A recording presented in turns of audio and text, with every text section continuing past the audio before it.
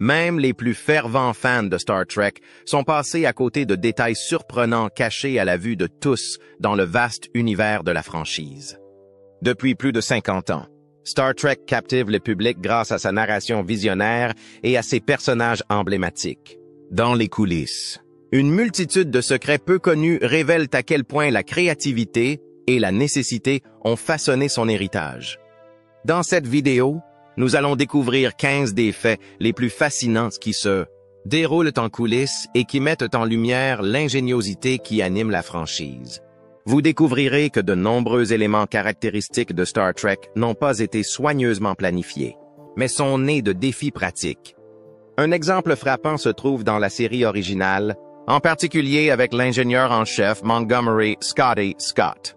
Alors que les fans le connaissent comme le faiseur de miracles de l'Enterprise, peu d'entre eux savent que l'acteur James Doohan portait un rappel poignant de l'héroïsme de la vie réelle, un doigt manquant. Avant Starfleet, Doohan était un héros de la Seconde Guerre mondiale, lieutenant de l'artillerie royale canadienne. Il prend d'assaut la plage de Juneau le jour J. Le 6 juin 1944, au cours d'un combat acharné, il est touché à 6 reprises, 4 balles dans la jambe, une dans la poitrine et une autre qui lui sectionne le majeur droit. Par miracle, un étui à cigarettes en argent qu'il avait dans sa poche a empêché la balle dans la poitrine de lui être fatale. Voyons comment cette incroyable histoire de guerre est devenue l'un des détails les plus habilement dissimulés de l'histoire de Star Trek. Son service militaire lui a valu des félicitations pour sa bravoure, mais lui a laissé des traces physiques permanentes du combat. Comment a-t-il été caché à l'écran? Tout au long du tournage, l'équipe de production a eu recours à des techniques astucieuses pour dissimuler le doigt manquant de Doohan. L'acteur utilisait principalement sa main gauche pour les activités à l'écran, ou gardait sa main droite partiellement fermée. Les angles de prise de vue l'ont souvent filmé du côté gauche, en particulier lors des manœuvres techniques dans les stations d'ingénierie. Lorsque les 2 mains devaient être visibles, Doohan utilisait des supports et des doublures pour les gros plans. En outre, les accessoiristes ont créé des outils et des équipements spécialisés que Scotty pouvait utiliser sans révéler sa main droite. Vous pensiez connaître Star Trek sur le bout des doigts. Mais que diriez-vous si nous vous disions qu'il y a de petits détails cachés à la vue de tous que même les fans les plus endurcis n'ont pas vus? Restez dans les parages, car à la fin de cette vidéo, vous ne regarderez plus jamais Star Trek de la même façon. Numéro 14. Des bouteilles de whisky recyclées comme accessoires pour les extraterrestres. Si vous regardez de près les élégants récipients à alcool des extraterrestres dans Star Trek, vous reconnaîtrez peut-être quelque chose de familier. De simples bouteilles de whisky. Tout au long de la série originale, les accessoiristes ont fait un usage astucieux d'objets quotidiens, les transformant en artefacts extraterrestres exotiques. Pourtant, de nombreux téléspectateurs n'ont jamais réalisé qu'ils voyaient des produits de la Terre réutilisés. Ce n'est autre que le tour de la bouteille de George Dickel. L'emblématique récipient à brandy de Saurian est peut-être l'exemple le plus reconnaissable de cette réutilisation créative. Ces bouteilles distinctives ont été créées en 1964 en tant que bouteille commémorative de whisky George Dickel Tennessee, avec un design unique de corne à poudre. Les services des accessoires ont transformé ces récipients en verres ordinaires en contenants exotiques grâce à des modifications minimes. Des variantes de verre brun clair et brun foncé sont apparues à l'écran. Mais les collectionneurs notent que la version brune claire est considérée comme plus fidèle à l'écran. Ces bouteilles spécifiques sont devenues tellement emblématiques que les exemplaires authentiques qui ont survécu sont aujourd'hui des trésors rares recherchés à la fois par les passionnés de Star Trek et par les collectionneurs de Bourbon. Les bouteilles originales de 1964, Plains, intactes et scellées, sont particulièrement précieuses et il n'en reste que très peu dans le monde. La technique de la bouteille de whisky illustre un modèle plus large de réutilisation ingénieuse d'accessoires tout au long de la série originale. Les équipes de production ont souvent réutilisé des objets du quotidien pour créer des environnements extraterrestres. Les salières sont devenues les instruments médicaux du Dr. McCoy. Des appareils ménagers modifiés se sont transformés en équipements techniques, et des matériaux d'emballage sont réapparus sous la forme de panneaux de contrôle. Compte tenu des délais de production serrés et des budgets modestes de la télévision, ces solutions créatives ont permis à la série de présenter un éventail impressionnant de technologies extraterrestres sans qu'il soit nécessaire de fabriquer chaque accessoire sur mesure à grands frais. Numéro 13, Shatner vs. Querelle sur la taille de la police de Nimoy. Le générique emblématique de Star Trek dissimulait en coulisses une stipulation contractuelle que peu de fans reconnaissaient. William Shatner et Leonard Nimoy se sont livrés à une étrange querelle sur la taille des polices de caractère. Ce litige moins connu donne un aperçu de la relation complexe entre les deux, acteurs principaux de la série et des manœuvres contractuelles qui ont façonné la franchise. Qu'est-ce que cette clause contractuelle relative à la taille des caractères? Dans les accords contractuels se cachait une exigence typographique spécifique, régissant la façon dont les noms des acteurs apparaîtraient dans les génériques. La documentation révèle que le crédit de Nimoy était contractuellement mandaté pour ne pas être inférieur à 75% de la taille et du type de crédit accordé à la star. Ce pourcentage précis n'était pas arbitraire. Il représentait une négociation minutieuse du statut entre les acteurs principaux de la série. À partir du 4e épisode diffusé, The Naked Time, l'équipe de production a mis en œuvre un changement spécifique au niveau du générique, avec également Leonard Nimoy dans le rôle de Mr. Spock. 75%. Le bureau de production a explicitement noté que le crédit de Leonard ne doit pas dépasser 75% de la typographie que nous accordons à William Shatner. Par conséquent, même lorsque des épisodes antérieurs revenaient de la chaîne, ces ajustements typographiques étaient appliqués avant d'éventuelles rediffusions. Quel a été l'impact sur la dynamique de l'équipe? Cette disparité dans la taille des crédits reflétait des tensions plus larges au sein de la hiérarchie de l'équipe. La clause des nations favorisées dans les contrats des deux acteurs exigeait un traitement égal entre les deux vedettes. En règle générale, cette clause garantit une égalité de salaire et de temps de présence à l'écran. Mais elle est devenue un sujet de discorde qui s'est prolongé au-delà de la série originale. Leur relation professionnelle particulière s'est poursuivie tout au long des films Trek suivants. Shatner ayant notamment invoqué cette clause pour réclamer des opportunités de réalisation après que Nimoy ait réalisé un film. En outre, l'attention portée aux détails concernant les crédits contraste avec l'approche plus souple de la production à l'égard des autres membres de la distribution. Comme l'a noté un mémo concernant DeForest Kelley, il a bénéficié d'un meilleur crédit que celui que nous étions contractuellement obligés de lui fournir. 12. Du papier boule, en guise d'armure Klingon. L'apparence redoutable des guerriers Klingons est l'un des éléments les plus reconnaissables de Star Trek.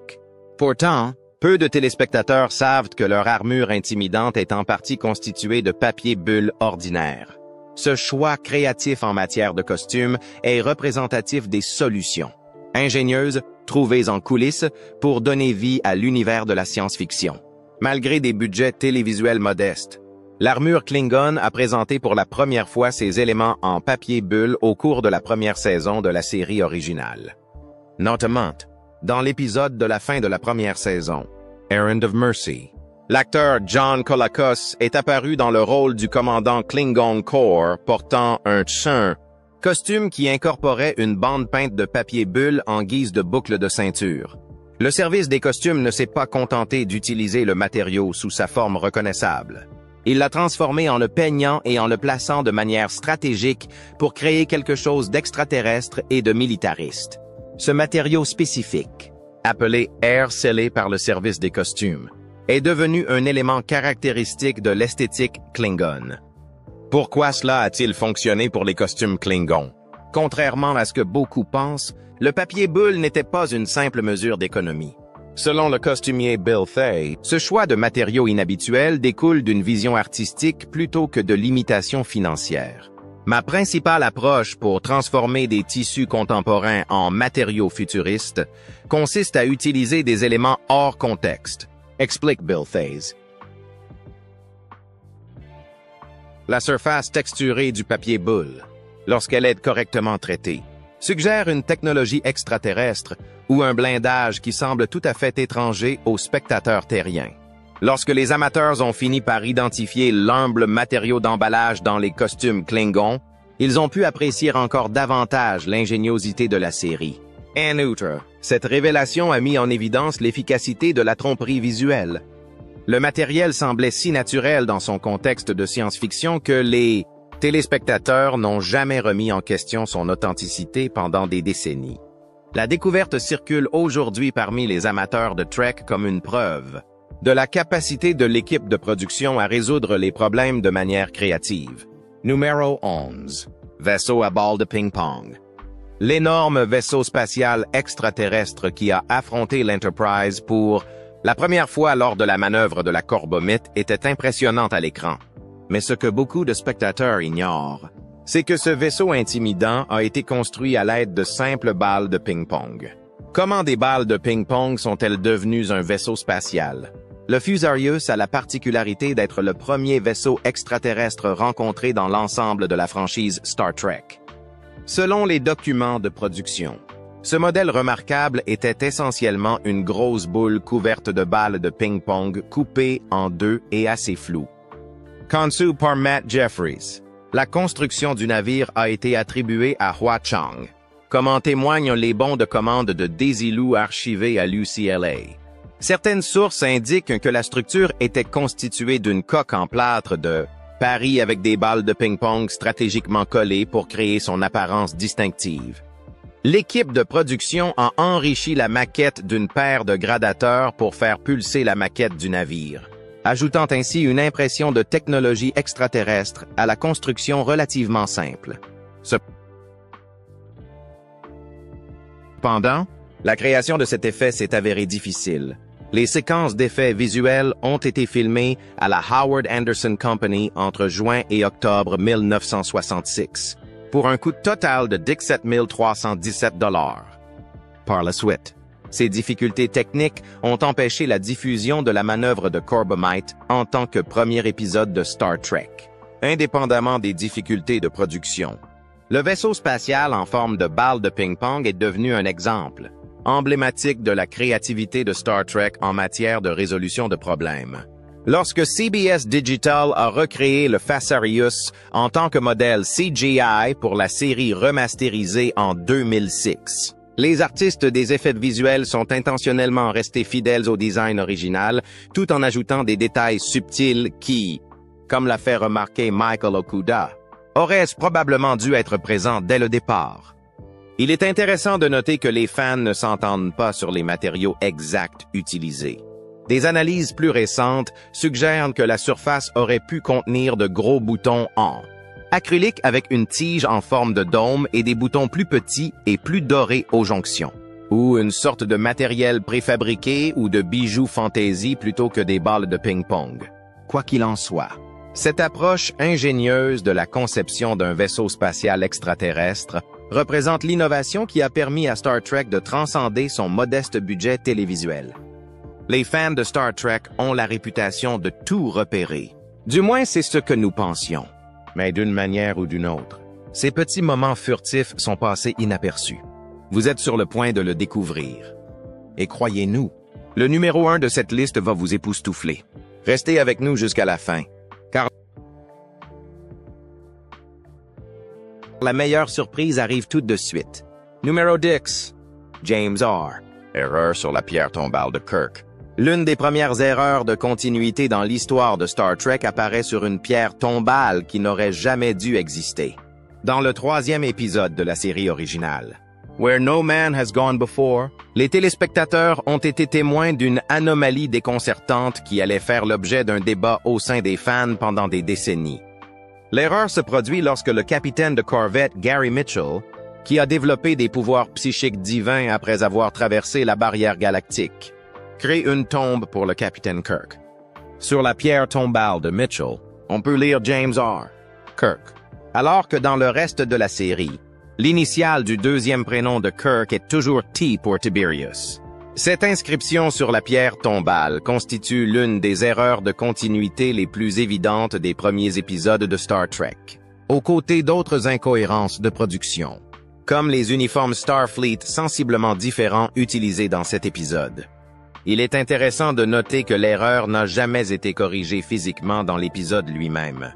Même pendant le processus de remasterisation, des décennies plus tard, l'équipe chargée des effets visuels a débattu de la possibilité de transformer numériquement le R en T, mais a finalement décidé de ne pas le faire en raison de la quantité ridicule de travail de rotoscopie nécessaire.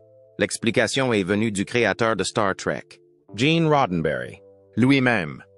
Selon D.C. Fontana, dans l'introduction de Star Trek, l'épisode classique, la réponse officielle de Roddenberry était simplement que Gary Mitchell avait des pouvoirs dignes d'un dieu, mais qu'à la base, il était humain. Il a commis une erreur. Cette explication élégante a permis de préserver à la fois la continuité de la série et le tournage original,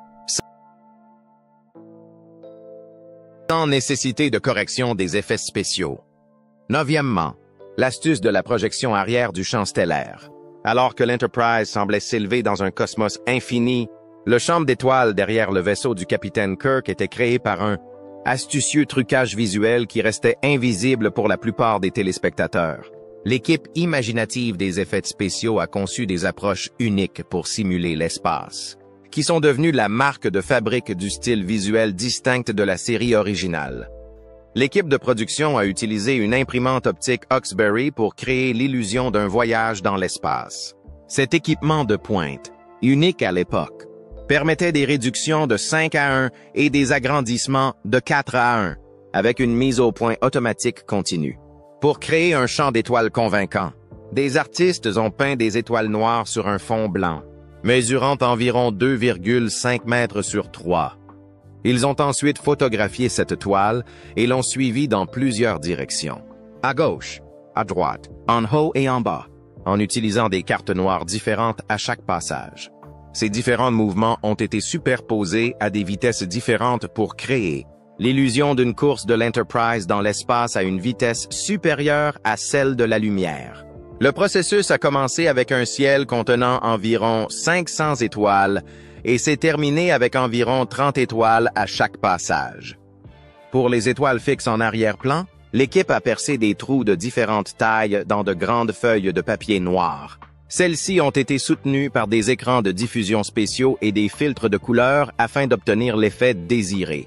La combinaison de scènes filmées à différentes distances et vitesses de déplacement de la caméra a permis de créer une illusion de profondeur réaliste. La technique complexe de rétroprojection était restée relativement rare tout au long de la série originale, principalement en raison du travail considérable qu'elle nécessitait.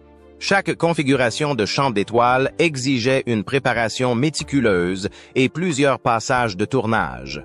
Le processus d'impression optique lui-même prenait beaucoup de temps. Le tournage d'un survol de navire typique peut prendre une journée entière avec le contrôle des mouvements, avec plusieurs vaisseaux. Cela peut aller jusqu'à une semaine entière, surtout si l'on ajoute des explosions et des éclairages interactifs. Numéro 8. Plein inversé de l'Enterprise pour cacher la Terre. Le vaisseau Enterprise a parfois navigué dans l'espace à reculons, du moins sous certains angles de caméra. Tout au long de la série originale, les téléspectateurs les plus attentifs ont pu remarquer quelque chose d'étrange sur certaines prises de vue extérieures du vaisseau emblématique. Les numéros d'immatriculation apparaissaient en miroir. Pourquoi ce plan a-t-il été inversé? Dans la production télévisuelle, l'inversion des séquences a des objectifs pratiques qui vont au-delà de la simple erreur.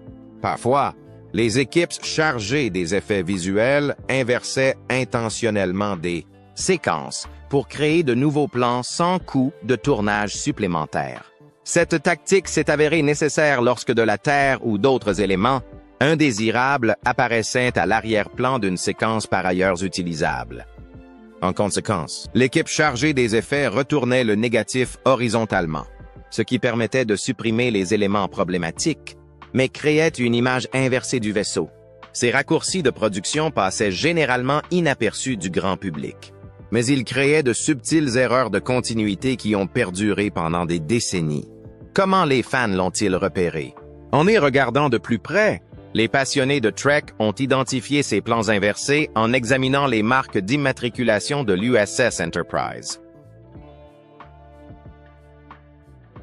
Au début d'un épisode, alors que l'Enterprise accoste sur une base stellaire, les téléspectateurs peuvent voir les numéros d'immatriculation du vaisseau à l'envers sur le dessous de la soucoupe et sur le pylône de la nacelle. La désignation distinctive NCC 1701, normalement lisible de gauche à droite, apparaît inversée. Au cours de plusieurs épisodes, des cas similaires se sont produits où une observation attentive a révélé des textes à l'envers et des détails asymétriques sur le vaisseau. Numéro 7. L'insigne de Starfleet n'a pas toujours été universel.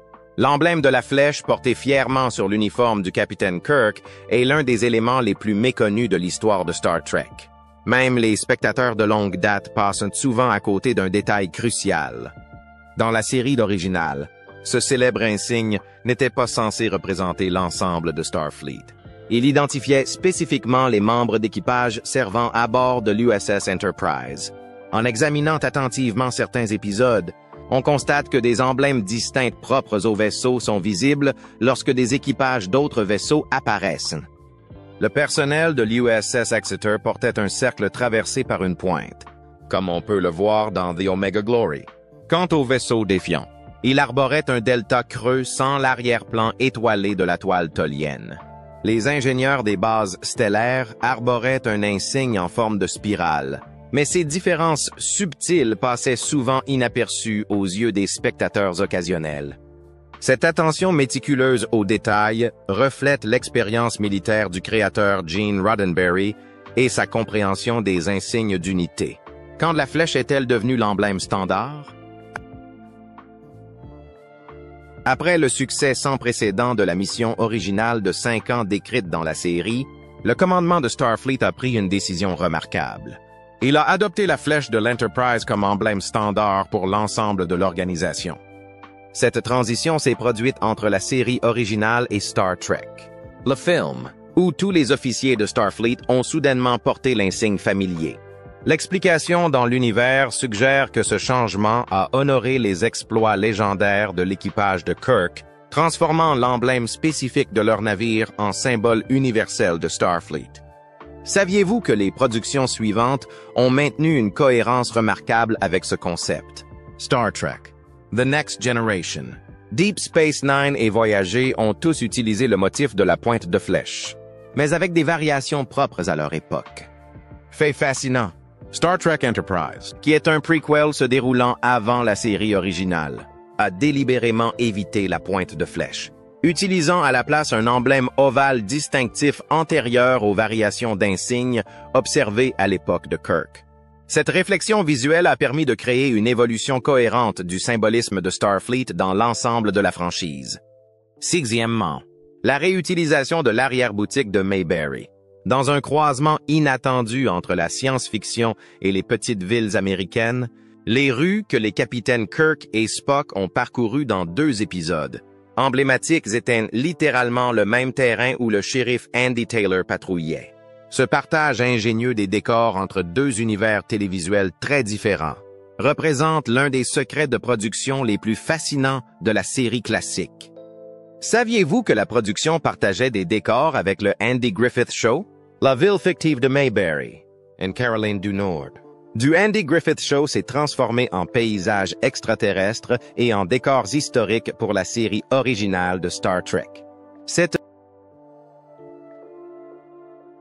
réutilisation créative a permis aux téléspectateurs de découvrir des aspects du décor de Mayberry, souvent cachés dans la série d'origine. Il est intéressant de noter que les épisodes de Star Trek ont révélé la hauteur totale des bâtiments de Mayberry, qui étaient généralement encadrés pour apparaître sur un seul étage dans l'émission The Andy Griffith Show. Joan Collins, qui a joué en tant qu'invité dans Star Trek, s'est souvenu d'avoir travaillé dans le même studio que celui où NBC avait tourné The Andy Griffith Show. Ce chevauchement pratique montre comment les productions télévisées maximisent les ressources limitées des studios, même entre des genres radicalement différents. Y a-t-il eu des épisodes où cela était visible? Oui. 2 épisodes spécifiques illustrent cette réaffectation de l'arrière-plan. Don's Merry. Le plateau de Mayberry a été transformé en une ville fantôme habitée uniquement par des enfants. Plus important encore, la ville au bord de l'éternité a transformé Mayberry en New York des années 1930 lorsque Kirk et Spock ont voyagé dans le temps. Les téléspectateurs attentifs peuvent apercevoir l'enseigne du salon de coiffure de Floyd dans le Andy Griffith Show, visible à l'arrière-plan de ces épisodes. Parmi les autres structures reconnaissables, Seaton's l'Hôtel Mayberry, qui apparaît en pleine lumière sans la balustrade que l'on voit habituellement dans le Andy Griffith Show. Le palais de justice et la pharmacie Walkers sont également visibles sous des angles qui n'apparaissent pas dans leur série d'origine. Pourquoi cette technique d'économie de budget? Ce partage de décors illustre l'ingéniosité de l'équipe de production face aux contraintes financières. La ville aux confins de l'éternité a largement dépassé le budget qui lui avait été alloué, coûtant 245 316 $ contre 191 000 $ prévus. Par conséquent, le réalisateur Joseph Pevney a été contraint de tourner dans des studios préétablis de la NBC afin de limiter les coûts. Pour démontrer sa responsabilité fiscale aux dirigeants de la chaîne, Pevney a organisé des sessions de tournage prolongées, filmant en continu jour et nuit. Ces approches pragmatiques ont permis à Star Trek de créer des mondes diversifiés malgré des budgets télévisuels modestes. Vous avez vu tous les épisodes. Vous connaissez toutes les races extraterrestres et vous citez Spock à tout bout de champ. Il y a des secrets que même les plus grands fans n'ont pas vus, et le dernier est si choquant que même l'équipage a essayé de le cacher. Ne clignez pas des yeux et ne sautez surtout pas, car les meilleures choses vous attendent à la toute fin. Cinquièmement, la blague des tuyaux du GNDN. Sur les différents ponts de l'USS Enterprise, les fans observateurs peuvent remarquer des tuyaux et des conduits portant de mystérieuses étiquettes GNDN. Ce détail subtil représente l'une des blagues internes les plus durables de l'histoire de la production de Star Trek. Mais la plupart des téléspectateurs n'ont jamais réalisé sa signification humoristique. Qui signifie GNDN? GNDN est un acronyme dont la définition est simple, ne va nulle part, ne fait rien. Selon une interview de John Jeffries, l'un des scénographes originaux, la plomberie et les tuyaux de l'Enterprise avaient tous des codes de couleur et une certaine forme de nomenclature. Et GNDN avec un numéro derrière? Puis un code de couleur est devenu très courant dans tout l'Enterprise. Cette plaisanterie a permis d'identifier les tuyaux qui étaient des éléments de décor purement décoratifs plutôt que des composants fonctionnels. Il est intéressant de noter que l'équipe de production a créé tout un système d'étiquetage pour ces éléments non fonctionnels, ajoutant ainsi de l'authenticité à l'apparence du vaisseau fictif. L'étiquette GNDN illustre la manière dont les équipes de production se divertissent dans le cadre d'un calendrier de tournage exigeant. Ces tuyaux étiquetés apparaissent dans divers couloirs et sections techniques, créant un langage visuel cohérent qui ajoute de la profondeur à l'intérieur de l'Enterprise. En fait, la plaisanterie allait au-delà du simple étiquetage. Les tuyaux eux-mêmes ont été surnommés GNDN en référence à leur fonction décorative. Le concepteur de la production, Dave Blass, a fait remarquer que ces éléments humoristiques ont été soigneusement équilibrés avec la précision technique. Même si nous voulons que les choses soient exactes, nous allons faire en sorte qu'elles le soient réellement et qu'elles soient correctes plutôt que de faire des blagues. Quel est l'héritage de l'étiquette? Ce gag subtil a transcendé la série originale, devenant partie intégrante de la tradition Star Trek. Lorsque l'équipe de Deep Space Nine a reconstruit les décors de l'Enterprise pour son épisode Hommage aux 30 et anniversaire, Trials and Tribulations, elle a délibérément inclus des tuyaux GNDN en guise d'hommage. Néanmoins, l'origine de cette blague fait débat. Certains fans inconditionnels insistent sur le fait qu'ils n'ont jamais vu de marque GNDN dans les séquences originales. Quoi qu'il en soit, le concept a certainement influencé les productions Star Trek ultérieures, les décorateurs modernes continuant à inclure ces références comme autant de clins d'œil respectueux à leurs prédécesseurs. Quatrièmement, le caméo du microphone à perche dans Charlie X. Même les Trekkies chevronnés qui ont exploré la série originale ont peut-être manqué l'invité involontaire de Charlie X, un microphone à perche qui s'est frayé un chemin dans le montage final. Ce troisième épisode de la première saison de Star Trek contient plusieurs erreurs de production qui ont échappé au montage, mais qui ont tout de même réussi à charmer le public pendant des décennies. Comment le micro s'est glissé dans le cadre? Dans une scène cruciale où Charlie rattrape Yeoman Rand pour lui offrir un cadeau. Un microphone à perche intrusif se déplace visiblement au bas de l'écran. Cet équipement apparaît environ 6 minutes après le début de l'épisode. À 00:6:48 et reste visible dans plusieurs plans mettant en scène les deux personnages. Étant donné que la série originale a été filmée sur des plateaux relativement restreints, avec de multiples angles de prise de vue, l'équipe de production a été confrontée à un défi permanent, celui de maintenir les perches microphoniques hors du cadre. Avant l'apparition de moyens de montage sophistiqués, de telles erreurs restaient souvent dans la diffusion finale. Charlie X contient plusieurs autres erreurs de production, en plus du microphone errant. Après que le Dr. McCoy examine Charlie, les téléspectateurs attentifs peuvent repérer les marques au sol de l'acteur, une plus courte pour Charlie et une plus longue pour McCoy. 000456. De même, lorsque Uhura informe Kirk de la communication du capitaine Romarts, des marqueurs de ruban adhésif sont clairement visibles derrière elle, indiquant l'endroit où Charlie se tiendrait après avoir quitté le turbolift. Dans plusieurs épisodes, des ombres de microphones à perche apparaissent fréquemment au-dessus de la tête, comme dans The Enemy Within, l'ennemi intérieur. Pourquoi les fans ont-ils aimé ces erreurs? Ces problèmes de production représentent bien plus que de simples erreurs. Ils sont devenus des objets précieux pour les téléspectateurs assidus, comme l'indique une ressource pour les fans. Repérer les membres de l'équipe à la caméra est un sous-genre du panthéon plus large des erreurs. Il est intéressant de noter que des sites web tels que X*Scientia ont créé de vastes galeries documentant ces bêtisiers visuels. Plutôt que de diminuer le plaisir, ces erreurs humaines rappellent au public que derrière la façade futuriste se cachent des équipes qui travaillent dur pour créer la magie de la science-fiction avec des ressources limitées. Les amateurs apprécient ces moments précisément parce qu'ils ont exigé des fans yeux d'aigle qu'ils fassent preuve d'une grande attention pour repérer chaque détail. Troisièmement, montage visible dans Where No Man Has Gone Before. L'épisode Where No Man Has Gone Before est le deuxième après le pilote, The Cage. L'épisode Where No Man Has Gone Before présente des éléments de production fascinants que les téléspectateurs occasionnels ne voient généralement pas. Tout au long de ce premier épisode crucial, les fans aux yeux d'aigle peuvent repérer divers équipements en coulisses qui n'étaient pas destinés à être vus par la caméra. Les scènes de la station de craquage au Lithium Delta Vega révèlent de nombreux raccourcis de production typiques de la télévision des années 1960. À plusieurs moments de l'épisode, des pièces d'éclairage et des équipements de scène deviennent visibles sur les bords des images.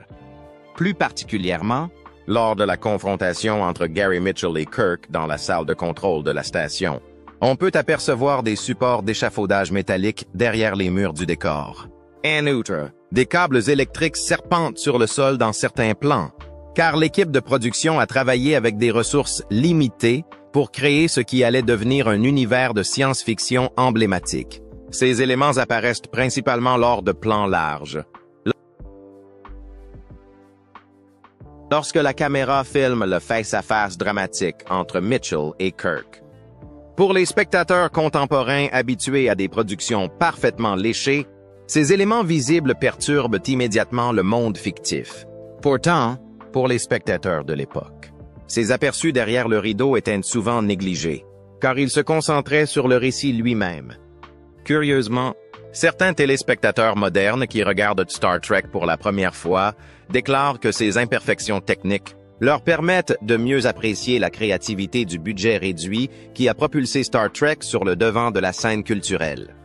Le trucage visible révèle à quel point ce modèle de science-fiction était Novateur compte tenu de son budget télévisuel modeste et de ses limites techniques.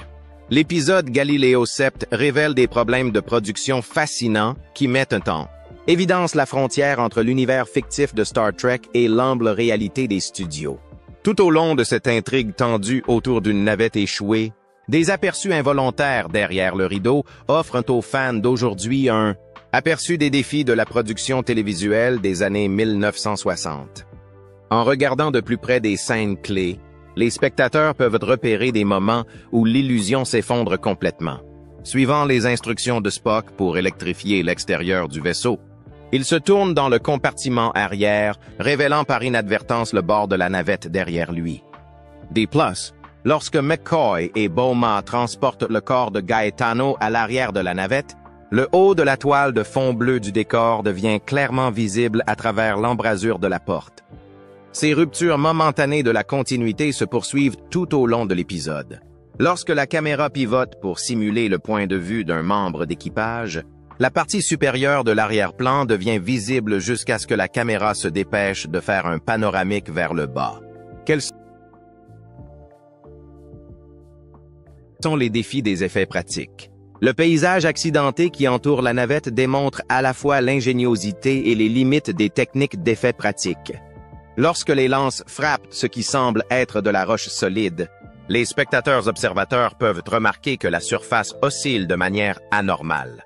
Un moment particulièrement révélateur se produit lorsqu'un coup de lance fait voler des morceaux de polystyrène dans les airs, transformant instantanément un monde extraterrestre en décor de studio.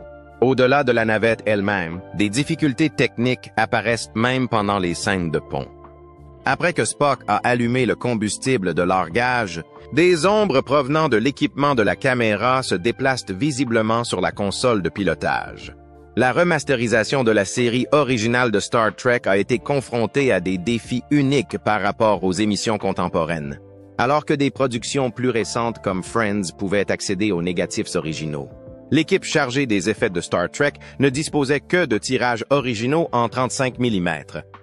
Cette limitation a immédiatement éliminé la possibilité d'une conversion en écran large puisqu'il n'y avait pas de contenu supplémentaire au-delà du cadre d'origine. En conséquence, de nombreuses séquences d'effets se sont avérées impossibles à séparer des prises de vue réelles. Malgré ces contraintes, les équipes de remasterisation ont soigneusement équilibré la préservation de l'authenticité et l'amélioration de la qualité visuelle, créant ainsi une mise à jour respectueuse qui conserve le charme de ces compromis de production parfois visibles. Décor numéro 1, Non-Paint.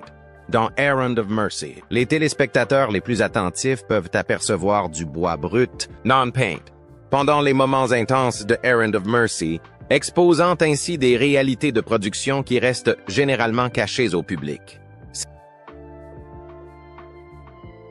Cet épisode classique, dans lequel apparaissent pour la première fois les Klingons, contient plusieurs éléments de décor remarquables qui brisent momentanément l'illusion d'un monde extraterrestre. Lors de la séquence d'attaque initiale des Klingons, un morceau de bois non peint provenant du décor est clairement visible juste en dessous de l'endroit où se tient Spock. De plus, lorsque l'Enterprise riposte contre le vaisseau Klingon, les spectateurs attentifs peuvent apercevoir la planche de bois non finie du décor avec des traces de peinture grise distinctives au bas de l'écran. Ces erreurs de production ne se limitent pas à de simples éléments en bois. Lorsque Spock marche à côté du fauteuil de Kirk, la marque de l'acteur devient visible sur le sol, près de ses pieds. Plus remarquable encore, lorsque Kirk est jeté en prison aux côtés de Spock, on peut voir l'intégralité du tapis de sol bleu utilisé pour amortir sa chute. Comment l'imagination a-t-elle comblé les lacunes? En fin de compte, ces raccourcis de production ont contribué à l'esthétique minimaliste caractéristique de Star Trek. Les environnements austères et efficaces de la série ont en fait permis de concentrer l'attention des téléspectateurs sur les personnages plutôt que sur les décors élaborés. Par essence, le cadre minimaliste a créé des circonstances où le plus petit objet attire l'attention sur lui-même. Ce qui a commencé comme une nécessité budgétaire s'est transformé en un style visuel où l'imagination a comblé les lacunes, créant un univers qui semblait plus étendu que ne le laissait supposer